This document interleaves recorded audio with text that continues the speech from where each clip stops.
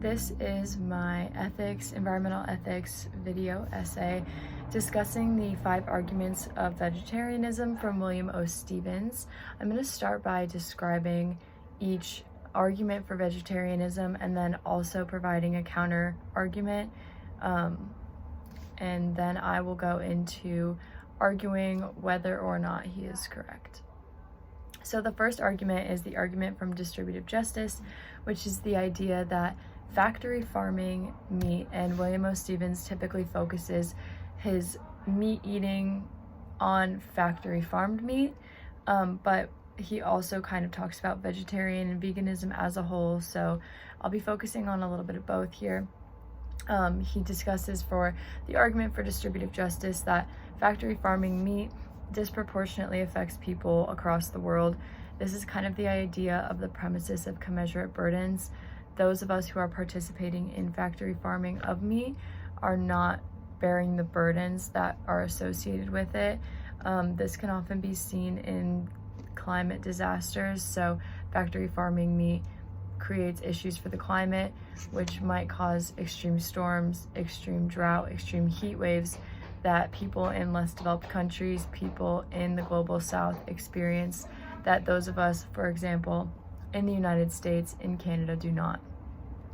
A counter argument for this is that this isn't necessarily true for all ways of producing meat. You can eat meat and have it come from a place that doesn't disproportionately impact or harm other people around the world. For example, raising your own animals in your backyard. Maybe you have chickens that you raise to eat. That's not disproportionately impacting someone in another country, maybe someone in another state, the way that factory farming would. You could also look at hunting. Hunting game doesn't have the same environmental impacts that factory farming does, so eating that meat doesn't necessarily disproportionately impact someone else. In many cases, it also benefits the environment, which we'll talk about next, with the second argument from environmental harm, which appeals to the idea that ecosystems are valuable, that factory farming degrades these ecosystems, so a virtuous person wouldn't participate in this practice. And a counter argument to this is that, again, there's ways to produce meat and eat meat that don't harm the environment. Sometimes hunting is beneficial for the ecosystem and the environment. There's ways to farm animals that are beneficial for the soil, for the land. So that is a counter argument to the environmental harm. Third, we have the feminist argument and sexual politics. The idea that eating meat is traditionally associated with aggression and masculinity, and doing so perpetuates these ideas, which then has harmful impacts on both men and women in our society. Stevens gives examples from the Bible that associate meat with masculinity and vegetables with femininity. A counter argument to this is that that's kind of an opinion. I personally don't feel masculine when I eat meat. I know plenty of very masculine men, traditionally masculine men, who are vegetarian. So this argument doesn't necessarily hold up in modern times like it may have in the past.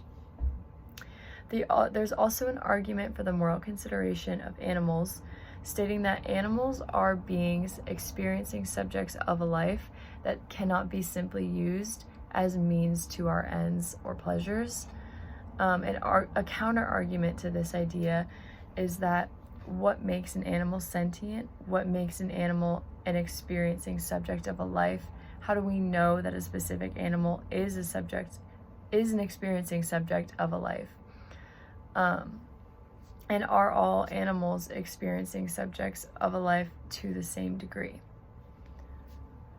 And then lastly is the argument from health, the idea that eating meat has been shown to negatively impact your health in some ways, and that vegetarianism and veganism benefit your health. There have been studies that show having a plant-based diet is better for you, it's better for your longevity. A counter argument to this is that while this may be true, entirely eliminating meat from your diet may not coincide with this argument that you can eat some meat and still be very healthy. So those are the 5 main arguments that Stevens makes for vegetarianism. And I'm going to argue that a virtuous person would be compelled by his arguments taken together and become a vegetarian or a vegan. So in order to argue this, we're going to start by assuming a virtuous person is not a vegetarian or a vegan. And it's also important to define in this context what makes a person virtuous. There are many traits that make a person virtuous, but I'd like to focus on compassion, justice, and temperance, which is the idea of self-control. So starting with the argument for distributive justice, is it compassionate for a person and just for them to eat factory farmed meat knowing that it's disproportionately causing harm to someone in the global community? And no, it's simply not compassionate to do that. Therefore, doing so does not make you a virtuous person. Second, is it compassionate and just to participate in factory farming knowing the environmental harm and impacts that it has globally?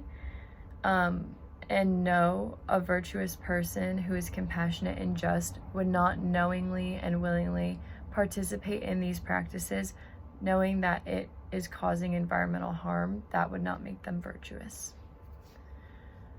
Then we have, is it compassionate to knowingly participate in behaviors that perpetuate toxic masculinity and negatively impact individuals in the global community? Again, no, that's not compassionate by definition. A virtuous person would not do that. Is it compassionate to use animals merely as a means to our ends and pleasures, regardless of them being experiencing subjects of a life? This is not a compassionate practice. Therefore, a compassionate, virtuous person would not participate in this. And then lastly, is it temperate? So is it showing self-control, self-regulation to knowingly participate in a practice or a lifestyle that has been proven to negatively impact your personal health? And no, a virtuous person who has temperance would not do this. So considering all of these premises, if all of these premises are true, then a virtuous person would adopt a vegetarian or vegan diet, because doing all of these things does not add up to being a virtuous person. A virtuous person is compassionate, is just, has temperance. And in my previous examples, I've shown how participating in these practices does not give you those qualities and therefore would not make you a virtuous person.